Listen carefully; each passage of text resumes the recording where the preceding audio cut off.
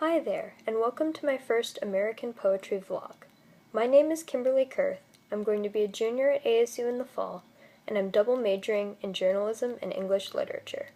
I'm taking this class because the last time I attempted to take a survey of American poetry class, I ended up in a course focusing specifically on indigenous poetry. That class ended up being a fascinating exploration of history, culture, and linguistics, as well as literary works, but I still wanted the poetry overview I originally thought I had signed up for. Other than that, in a more general sense, I'm taking this class to expand my knowledge of American poetry and have an opportunity to discuss both new and familiar works.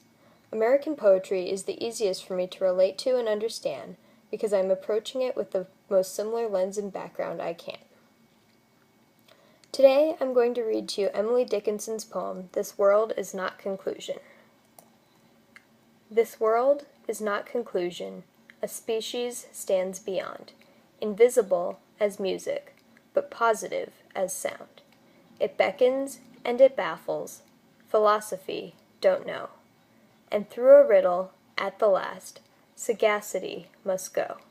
To guess it puzzles scholars, to gain it, men have borne, contempt of generations, and crucifixion shown. Faith slips and laughs and rallies, blushes if any see, plucks at a twig of evidence, and asks of vain the way. Much gesture from the pulpit, strong hallelujahs roll. Narcotics cannot still the tooth that nibbles at the soul.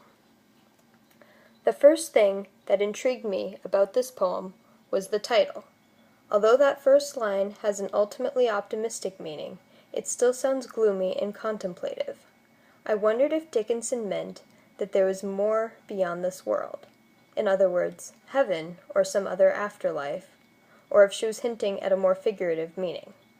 I decided to interpret the poem as saying that the limits of the world that we perceive are not its finite ends. There is room for growth, and we can shape the world as we see fit. Like many of Dickinson's other poems, it draws on the idea of hope, belief in oneself, or the environment around you, or a higher power.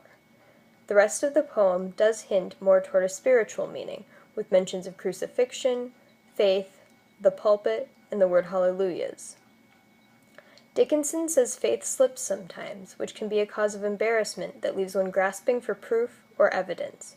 However, the spiritual community exists to provide guidance, religious fervor, and celebration or rejoicing. Finally, the last two lines of the poem also stood out to me. Narcotics cannot still the tooth that nibbles at the soul.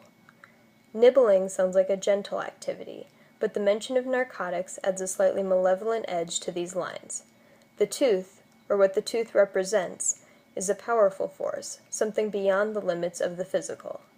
I interpreted this to be a desire to know God and have faith, a sort of spiritual longing.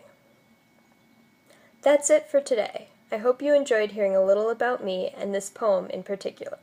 Stay tuned for next week, and feel free to leave comments below.